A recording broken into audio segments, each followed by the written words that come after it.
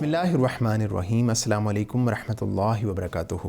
नाज़रीन इकराम, जब नबी करीम अलैहिस्सलाम ने दरख्त के नीचे सहाबा इकराम से बैत ले ली तो उसके बाद कुफ़ार मक्का को सूरत हाल की नज़ाकत का एहसास हुआ और उन्होंने एक आदमी सुहेल बिन अमर को अल्लाह के नबी अलैहिस्सलाम के पास भेजा। अल्लाह के नबी अलैहिस्सलाम ने जब सुहेल बिन अमर को अपने पास आता देखा तो सहाबा इकराम से कहा कि ये सुहेल आ रहा है, इसका मतलब ये है कि कुफ़ार तुमसे सुलह करना चाहते हैं और सुहेल के आने का मतलब ये है कि तुम्हारे लिए मामला जो है ना वो सहल कर दिया गया है, आसान कर दिया गया है। सुहेल आया और आके उसने अल्लाह के नबी अलैहिस्सलाम से एक लंबी चौड़ी गुफ्तगू की और उसके बाद मुसलमानों और कुफ़ार के दरमियान जो है एक सुलह का माहदा हुआ। उससे पहले सुहेल ने अल्लाह के नबी अलैहिस्सलाम से कहा कि आपको इस साल जो है वो यहाँ से बग़ैर उम्रा किए वापस जाना पड़ेगा, क्योंकि अगर हमने आपको इस साल मक्का में दाखिल होने दिया तो लोग हमें बातें करेंगे कि मुसलमान जबरन जो है वो मक्का में दाखिल हो गए। उसके बाद मुसलमानों और कुफ़ार के दरमियान जो सुलह की दफ़ात तय हुई उनमें से पहली दफ़ा ये थी कि रसूलुल्लाह सल्लल्लाहु अलैहि वसल्लम इस साल मक्का में दाखिल हुए बगैर वापस जाएंगे, अगले साल मुसलमान मक्का आएंगे। 10 साल तक फ़रीक़ैन जंग बंद रखेंगे, इस अरसे में लोग मामून रहेंगे, कोई किसी पर हाथ नहीं उठाएगा। जो मोहम्मद सल्लल्लाहु अलैहि वसल्लम के अहद व पैमान में दाखिल होना चाहे दाखिल हो सकेगा और जो कुरैश के अहद व पैमान में दाखिल होना चाहे दाखिल हो सकेगा। कुरैश का जो आदमी अपने सरपरस्त की इजाज़त के बगैर यानी भाग कर मोहम्मद सल्लल्लाहु अलैहि वसल्लम के पास जाएगा, मोहम्मद सल्लल्लाहु अलैहि वसल्लम उसे वापस कर देंगे, लेकिन मोहम्मद सल्लल्लाहु अलैहि वसल्लम के साथियों में से जो शख्स पनाह की गर्ज से भाग कर कुरैश के पास आएगा, कुरैश उसे वापस ना करेंगे। जब मुसलमानों और कुफ़ार के दरमियान ये सुलह की दफ़ात तय हो गई तो अल्लाह के नबी अलैहिस्सलाम ने हज़रत अली रज़ी अल्लाह तआला अन्हु को बुलाया और उनसे कहा कि ए अली, ज़रा तुम जो है ना इस मुआहदे को लिखो। आप अलैहिस्सलाम ने लिखवाना शुरू किया, बिस्मिल्लाहिर्रहमानिर्रहीम।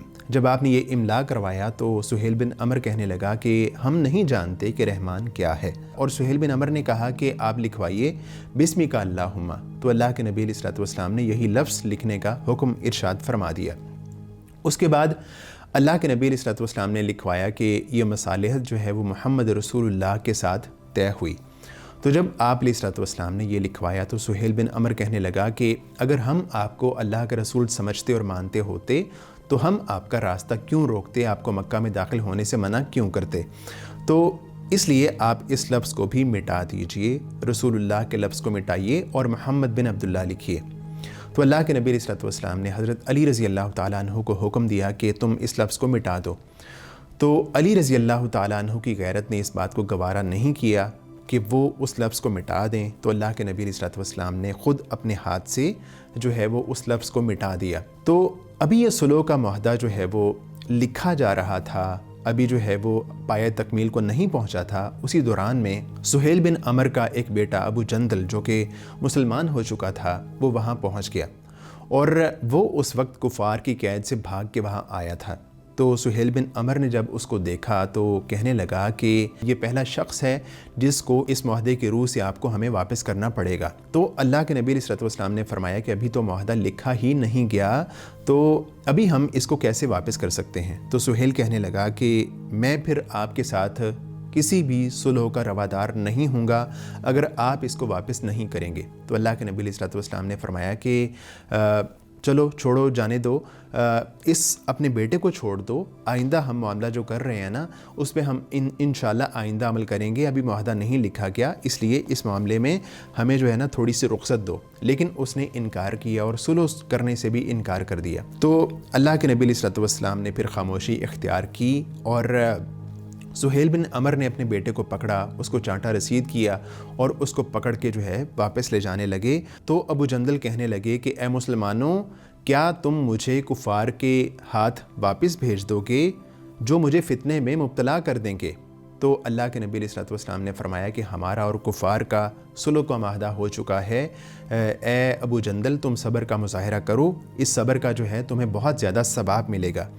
तो उसके बाद अल्लाह के नबी अलैहिस्सलाम ने कुरैश के साथ, कुफ़ार के साथ जो है वो सुलह कर ली।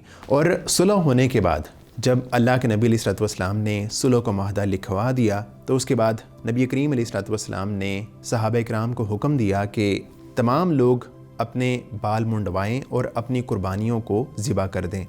اللہ کے نبی علیہ الصلوۃ والسلام نے یہ بات 3 دفعہ ارشاد فرمائی، لیکن کوئی بھی صحابی نہیں اٹھا اپنی قربانی کو ذبح کرنے کے لیے۔ تو اللہ کے نبی علیہ الصلوۃ والسلام نے یہ بات حضرت ام سلمہ رضی اللہ تعالی عنہا سے ڈسکس کی، تو انہوں نے کہا اے اللہ کے رسول آپ اس طرح کیجئے، اپنے حجام کو بلائیے اور اس کو کہیے کہ آپ کا سر مونڈ دے اور اس کے بعد اپنے جانور کو ذبح کر دیجئے۔ اللہ کے نبی علیہ الصلوۃ والسلام نے اسی طرح کیا، حجام کو بلایا، اپنا جو ہے وہ سر منڈوایا اور اپنی قربانی کو ذبح کر دیا۔ جب اللہ کے نبی علیہ الصلوۃ والسلام نے یہ کیا تو اس کے بعد صحابہ کرام بھی اٹھے، انہوں نے اپنے جانوروں کو ذبح کیا اور اپنے بال جو ہے وہ منڈوانا شروع کیے۔ صحابہ کرام کہتے ہیں کہ ہم پر غم کی ایسی کیفیت طاری تھی اس صلح کے معاہدے کے بعد کہ ہمیں یوں لگتا تھا کہ ہم جن چیزوں کے ساتھ، جن اوزار کے ساتھ ایک دوسرے کے سر مونڈ رہے ہیں، کہیں ان کے ساتھ ایک دوسرے کے گلے نہ کاٹ دیں۔ تو اس کے بعد جو ہے صحابہ کرام نے جب سر مونڈ لیے، جانور قربان کر دیے، تو اللہ کے نبی علیہ الصلوۃ والسلام اور پورا قافلہ واپس مدینہ منورہ لوٹ آیا۔ اللہ کے نبی علیہ الصلوۃ والسلام جب مدینہ میں پہنچ گئے اور صلح کا معاہدہ جاری و ساری ہو گیا، تو اس کے بعد جو ہے اچانک ایک دن ابو بصیر مدینہ منورہ میں مسجد نبوی میں حاضر ہوئے۔ تو اللہ کے نبی علیہ الصلوۃ والسلام نے صورتحال معلوم کی تو پتہ چلا کہ یہ اہل مکہ کی اذیتوں سے اور پریشانیوں سے نجات پا کے وہاں سے بھاگ کے یہاں پہنچ گئے ہیں۔ اس کے بعد جب کفار مکہ نے دیکھا کہ ابو بصیر مکہ میں پہنچ چکا ہے تو انہوں نے 2 لوگوں کو ان کے پیچھے، ابو بصیر کے پیچھے بھیجا۔ وہ آئے اور اللہ کے نبی علیہ الصلوۃ والسلام سے بات چیت کرنے لگے کہ آپ اس شخص کو ہمارے ساتھ واپس بھیجیے، کیونکہ آپ کا اور ہمارا صلح کا معاہدہ ہو چکا ہے اور اس میں یہ بات طے ہو چکی ہے کہ آپ جو بھی شخص ہمارا آپ کے پاس مسلمان ہو کے بھاگ کے آئے گا، آپ اس کو واپس کرنے کے پابند ہیں۔ تو اللہ کے نبی علیہ الصلوۃ والسلام نے کیا کیا کہ اللہ کے نبی علیہ الصلوۃ والسلام نے جو ہے وہ ابو بصیر کو ان 2 لوگوں کے حوالے کر دیا۔ ابو بصیر ان کے ساتھ جو ہے وہ واپس مکہ روانہ ہوئے، ایک ذوالحلیفہ کے مقام پہ پہنچے تو وہاں انہوں نے پڑاؤ کیا تو ابو بصیر جو ہے ان میں سے ایک آدمی کو کہنے لگے کہ تمہاری یہ تلوار تو بڑی خوبصورت ہے۔ تو وہ شخص کہنے لگا کہ ہاں یہ بڑی عمدہ تلوار ہے اور میں نے اس کو کئی دفعہ آزمایا ہے۔ ابو بصیر کہنے لگے کہ مجھے ذرا دکھاؤ گے اپنی تلوار؟ تو اس نے وہ تلوار ابو بصیر کے حوالے کی تو ابو بصیر نے تلوار لے کے اس کا کام تمام کر دیا۔ جو دوسرا آدمی تھا وہ بھاگ کے جو ہے وہ اللہ کے نبی علیہ الصلوۃ والسلام کے پاس پہنچا ہانپتا کانپتا۔ تو اللہ کے نبی علیہ الصلوۃ والسلام کو صورتحال بتا رہا تھا، تو اسی دوران میں ابو بصیر بھی اللہ کے نبی علیہ الصلوۃ والسلام کی خدمت میں پہنچ گئے اور پوری صورتحال بتائی۔ تو اللہ کے نبی علیہ الصلوۃ والسلام نے فرمایا کہ یہ شخص تو ایسا شخص ہے کہ یہ تو جنگ کی آگ بھڑکا دے گا۔ تو ابو بصیر کو جب پتہ لگا کہ اللہ کے نبی علیہ الصلوۃ والسلام مجھے دوبارہ کفار کے حوالے کر دیں گے، تو وہ وہاں سے بھاگ گئے اور وہاں سے بھاگنے کے بعد ساحل پہ گئے اور ساحل پہ جا کے جو ہے وہ وہاں رک گئے۔ اور اس کے بعد کیا ہوا کہ مکہ میں جو مسلمان ہوتا وہ بھاگ کے ابو بصیر کے پاس آ جاتا۔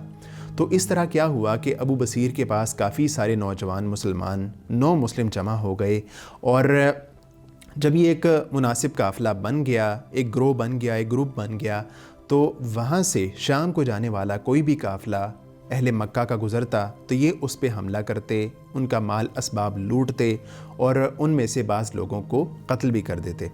تو اہل مکہ نے ان لوگوں سے تنگ ہونے کے بعد اللہ کے نبی علیہ الصلوۃ والسلام کی خدمت میں حاضر ہوئے اور آ کے کہنے لگے اے اللہ کے رسول، آپ اس طرح کیجئے کہ ان لوگوں کو واپس اپنے پاس بلا لیجئے، ہمارے پاس نہ بھیجئے، لیکن آئندہ ہم یوں کرتے ہیں کہ آپ میں سے جو بندہ مکہ میں مسلمان ہوگا وہ آپ کے پاس آنا چاہے تو آ سکے گا، اس پر کوئی پابندی نہیں ہوگی۔ تو اس طرح کفار مکہ نے جو معاہدہ کیا تھا اس کی ایک شک کو خود ہی ختم کر دیا۔